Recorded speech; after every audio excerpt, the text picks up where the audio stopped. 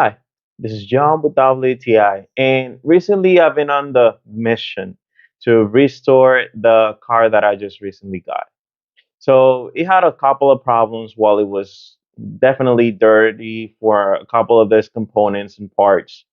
And and I even take it to my mechanical, and he even talked to me like, John, we got a lot of work to do with the cleaning because like the previous owner was not too much on top of the car. And this is where this cleaner comes into place. So the way that this was working is just crazy.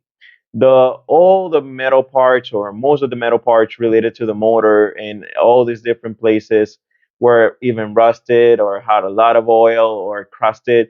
And this guy did the job perfectly.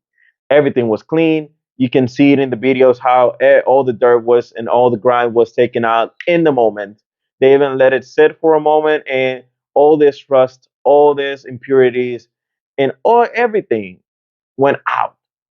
So the convenience of just not trying to scrub or put in any solution, just straight on, let it sit there, or even in the moment, is gonna be everything out. This just does a great job. So this was John with WTI, and that was my point of view.